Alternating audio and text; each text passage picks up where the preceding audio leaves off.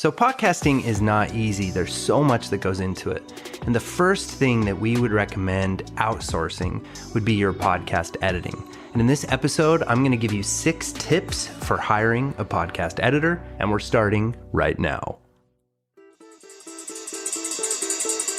And as I am the soldier and poet. Yes, tell this to all the world. Hey, podcastero, welcome to the Pod Sound School podcast. I'm Studio Steve, and I'm flying solo for this episode. My usual co-host Veronica will not be here with us. I wanted to pop in and do a quick episode about how you can find a really good podcast editor. So I'm going to be giving you 6 tips that you can follow. I will also leave some of these notes to what I will be talking about in this episode's description, so you can go down there into the episode description and copy and paste this so you have questions that you can actually ask your potential new podcast editor. Okay, so let's just get right to it. But before we do, I want to reiterate that it's a really good idea to think about outsourcing the editing for your show. It can take a long time, 3 to 6 hours some of us will spend editing our podcast episode, and you have a lot of talents that you bring to the table with your show. If you can get somebody to help you with the editing, that frees up all that time you can put into show development, research, planning, promotion, and overall just that much extra time you can put into building your brand and making more things happen with your content online. This one hire alone is going to be a huge game changer for you. So congratulations on considering this. And now let's talk about the 6 tips you can put to use to find the perfect podcast editor for you.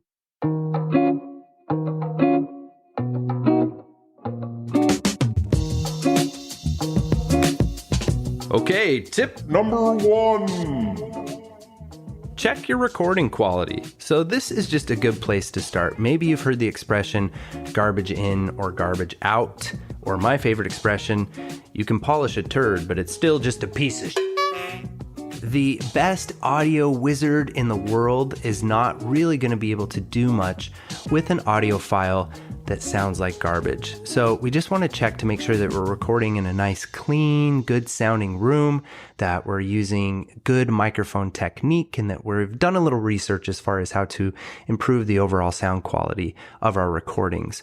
I have a video on YouTube that I will leave the link for in this episode's description that discusses some of these things, how you can get better sounding quality audio before you even edit it or send it to an editor. And number 2, pick a service. So now we've got to find the editor, right? And there's a lot of places you can look to find editors. The first place a lot of people go is Fiverr, and there are a ton of talented people on Fiverr. The other place is Upwork, and we personally have had a lot of success with Upwork and know many people who have also found great editors on Upwork. You can also just Google podcast editing, and you'll find some big editing companies that staff lots of editors, and they usually have package deals and things that you can work with these companies for maybe a little bit more of a cookie cutter editing type of situation. But there are benefits to both sides, either going the indie route with an independent podcast editor or going with a company that staffs a lot of editors. You can get really good results with either one. Some of those that will pop up when you search for that are We Edit Podcasts and also Pod Lab. I'll leave some links for those below. We are lucky enough to work with an awesome podcast editor, Daniela. She does a great job with our podcast. She's wonderful to work with, and she may have an opening for you. So I will leave her website information in this episode's description as well. Number 3, Ask for a portfolio or examples of their work. So once we start scouting out and finding and spying on these podcast editors, either on Upwork or Fiverr or wherever, we want to hear examples of their work. And this is another reason I tend to prefer the independent contractor style podcast editor, because you can actually hear their work and communicate directly with your podcast editor without having to communicate through a middleman of sorts.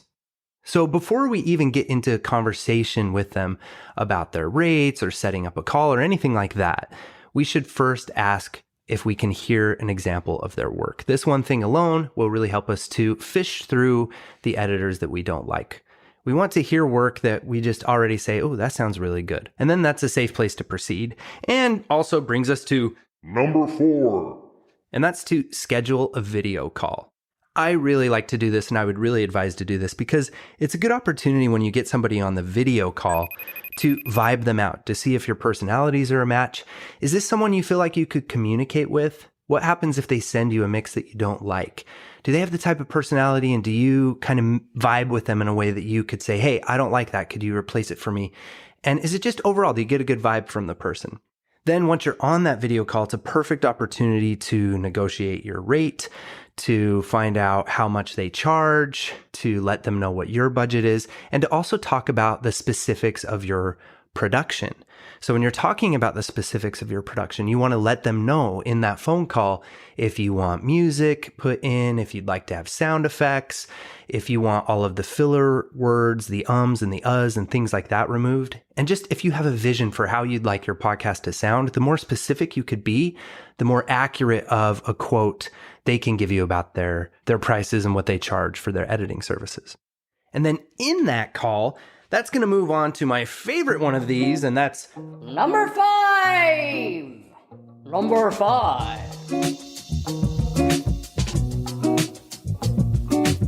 know the lingo and talk some shop.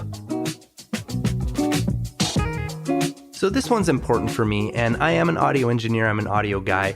I'm also a podcast editor. I've edited thousands of podcast episodes. So you might not be interested in the audio editing side of things. Maybe that's even the reason that you're motivated to find a podcast editor, because you don't want to talk shop. You don't want to know the lingo. You don't want to know what the thingy-majingy is, as Veronica says, or what a compressor is, or what a limiter is, or what any of that stuff is. You just want to hand it off to somebody and have them do the work for you. But it's always in your advantage to at least take some time to learn some of the lingo, to learn what some of these things do, and to learn what tools or plugins that podcast editors are using to make your podcast sound the way they do. So that's what we're going to talk about. And this specifically is what I'm going to leave in the notes of this episode description. So these can be questions that you can ask your podcast editor, but they can also be terms that you can search for on Google to learn a little bit more. And we also have a ton of videos on our YouTube channel where I go through some of the specifics of these tools that we're going to talk about. Don't worry, hang with me. You're going to really appreciate that you went through and at least learn some of this lingo. And then, of course, if you already know all this lingo, then you'll probably enjoy hearing me talk about it, because I love hearing people talk about stuff like this. So for me, the first thing I would have to ask an editor, the very first question, hands down, would be, what DAW are you using? And DAW stands for Digital Audio Workstation. That's just the audio editing software. So it's easy for me to get precious about this one because I have my favorites. And the truth is that there are tons of different audio editing software, and there are people who are making really incredible professional results in all of them. So there may be one that you prefer them to use over another, maybe because you're familiar with one and you would like to work with somebody and maybe occasionally be able to share that type of file with each other.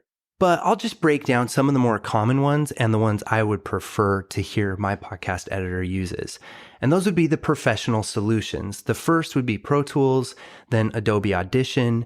Then you could do Logic Pro, which is basically upgraded GarageBand on a Mac computer, but a really good professional solution. Then there's also the Steinberg family of DAWs, so Nuendo or Cubase you may have heard of. And there's so many more. There's Avid, there's Hindenburg you can get some pretty good results with. And there's a ton that I'm leaving out, but those are the top contenders. Adobe Audition, Pro Tools are the top contenders that you would be in really good hands with somebody who is a professional at one of those solutions. The other solution that is a great solution is Reaper, Reaper.fm, and Reaper is a wonderful and can be used in many professional applications. It's also one that I do teach a course in called Reaper for Podcasters. I chose to teach Reaper because it's cheaper than Pro Tools. It's a one-time $60 versus a one-time $600 for Pro Tools, and it's a little more accessible for indie podcasters. but it has a very similar interface to it that Pro Tools has. So when you're ready to upgrade to Pro Tools, Reaper's a really good option. So if you also are just interested in becoming a really great podcast editor, I do have that course. You can find it by going to podcastingsmart.com/R4P, which is Reaper for podcasters. I will also leave the link for that right here in the episode description. Now, there's two others on the list that come up a lot when it comes to podcast editing or DAW solutions, and that's Audacity and Garageband. Now, Audacity, many people currently, as we speak, are putting professional podcasts on the directories using Audacity.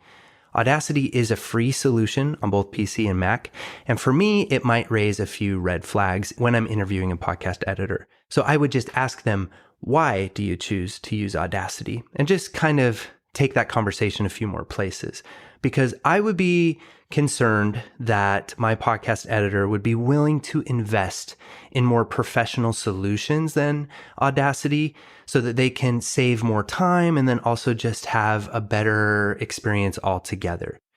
Audacity does something called destructive recording. So for me, it's a big no-no, but it wouldn't have to be a complete deal breaker for a podcast editor if they're using Audacity. But I would be careful with that one.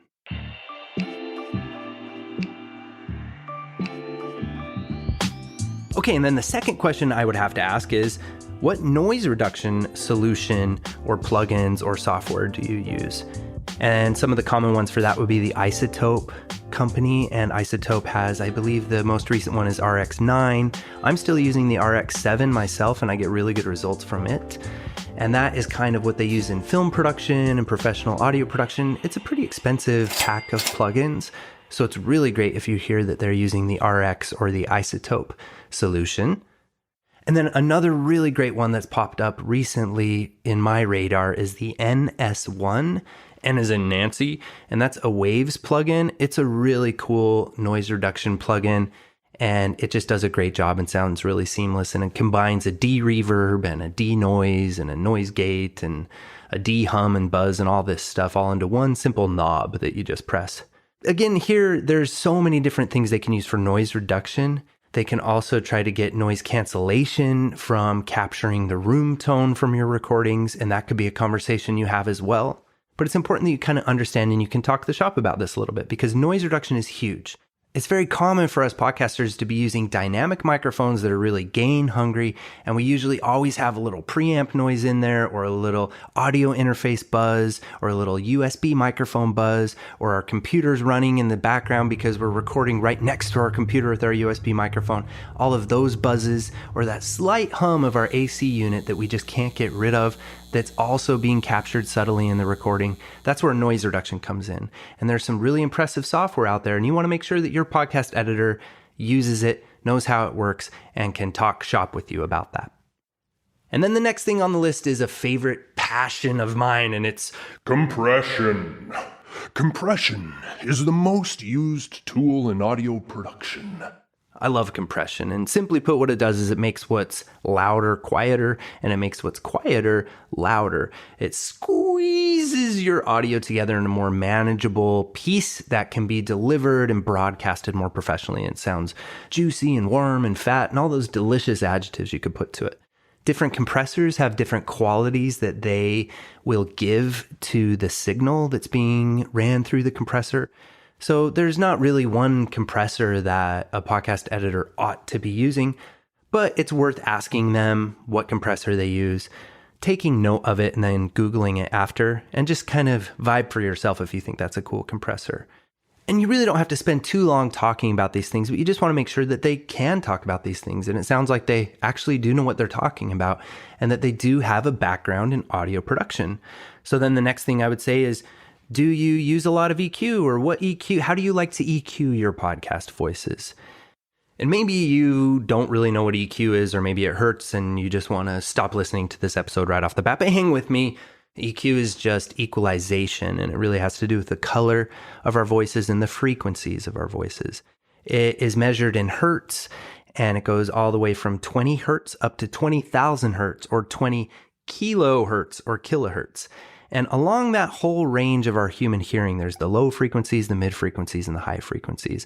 And there's all sorts of things that we can do when we're editing a podcast to play with those frequencies a little bit when problems arise specifically. And one of those are plosives, and different rumbles or hums or low things that we can cut out when we cut out from 80 hertz and below. And that's a pretty common, what's called a high pass filter that we put on in our EQ unit. So you just get them talking a little bit about EQ and see what their responses are. And something else that kind of falls into the EQ family and also the dynamics family of effects is de-essers. Do you use a de-esser? My voice is really sibilant, and my guests all have really sibilant voices, and those high S noises really bother me. Do you use a de-esser?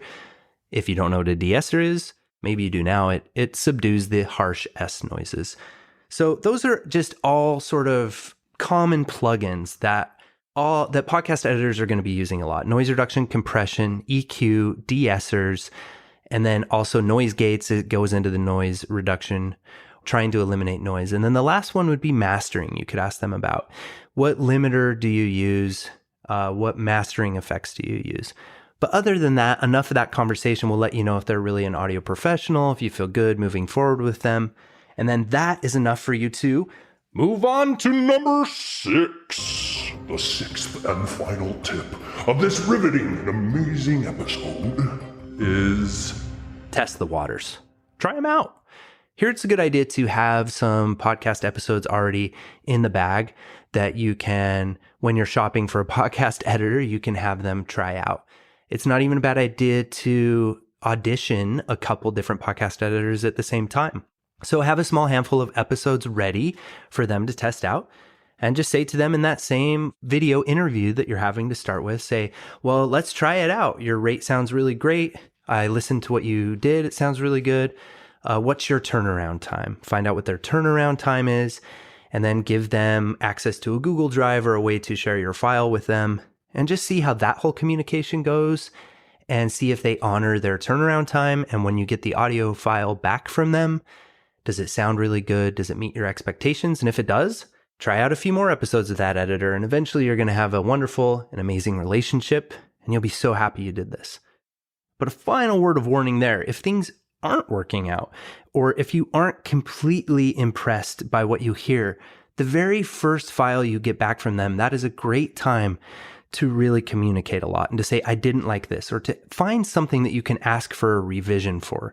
Even if you don't really think you need a revision, find something to ask them to revise, just so that you can test the waters with them, how they act with revisions and how long their turnaround time is with revisions. Because week by week, it can get stressful, and you want somebody that can be flexible and work with you, that you can just vibe out with. So it's a journey. And don't be afraid to stand up for yourself. This is your podcast. Don't be afraid to have difficult conversations and to say, you know what, this isn't working out, and to continue looking for another editor. Many times we get lucky and we just find the best editor, and it just kind of comes to us from the universe, like Daniela did for us. Or sometimes we have to really search and try and work with a few different editors until we find one that really fits. I hope you found that really helpful. Again, if you are more interested in learning about audio production and you're like, you know what, I'm going to do this. I'm just going to open up my brain and learn. I know it's going to keep me younger, and I'm tired of Studio Steve sounding like he knows so much, that jerk. Then we have a ton of really cool videos on YouTube that you can check out that we really dive into some of these things I'm passionate about as far as audio production terms and things like that. But I hope you found this helpful. Let us know. You can find us at Pod Sound School on all of the social media platforms. And until next time, keep up the good work and happy casting.